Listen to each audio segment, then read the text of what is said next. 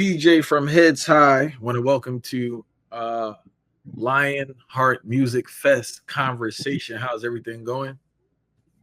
Can't complain right now. I'm doing pretty good. All right. So, first question I have to ask you is, how did reggae get so big in Atlantic City?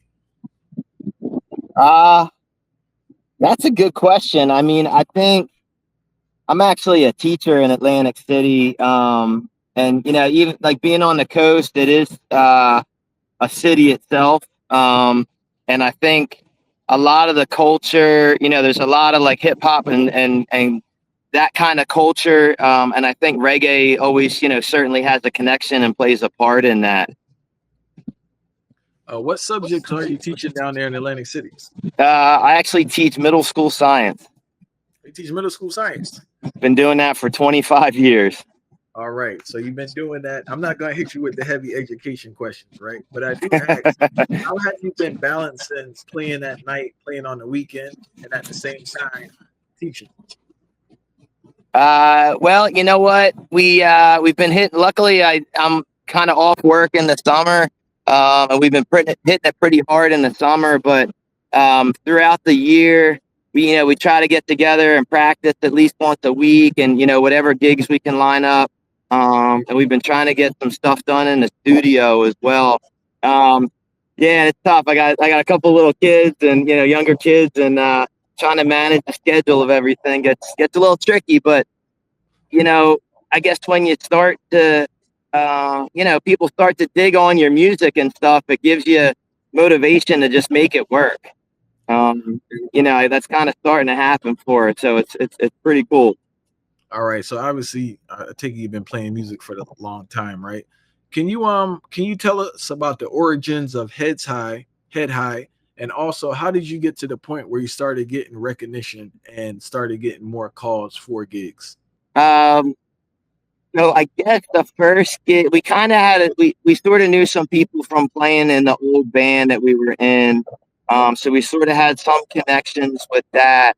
And then it's kind of a tight community here as far as like the surf and skate community. So anytime that there's an event or something and they need a band and they kind of knew about us, so they would ask us to play. I think the first show we played together as a band was last spring in 2024. And it was a charity event. There's this group called Heart of Surfing that takes kids with different, disabilities, autism, and so forth. They take them out surfing, they take them skating.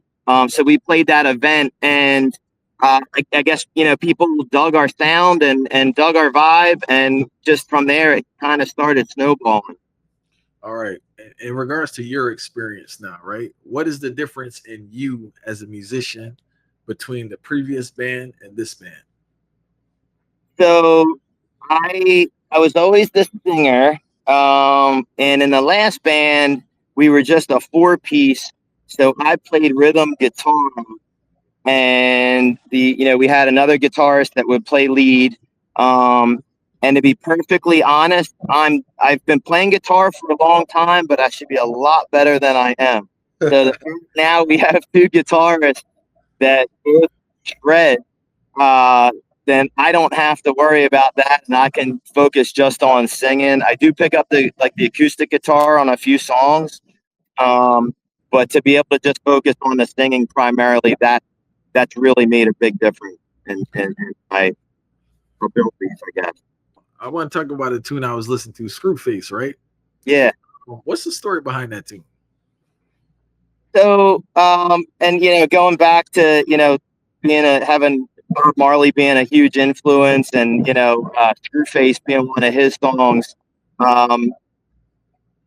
just people being bitter about stuff. I was driving home from work one day, and I was stopped at a light, and I'm watching somebody, talking on their cell phone in their car, and it was a real nice car, and you could tell they had Screwface. They were like bent about something, and it kind of made me think, like, man, we're so fortunate.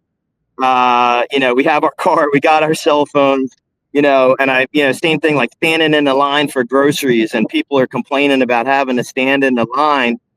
but we're forgetting the fact that we're lucky that we can just go to the grocery store and buy food, where there's people all over the world that don't have that same, ability or option.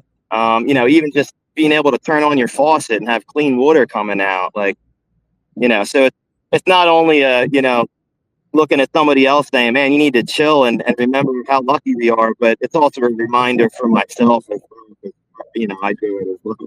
What should fans expect from Head High at Lions Heart Music Fest? So I think fans that see us at Lionheart should expect to see us bringing a good positive vibe with a bit of high energy, and where I wouldn't call us a pure reggae band.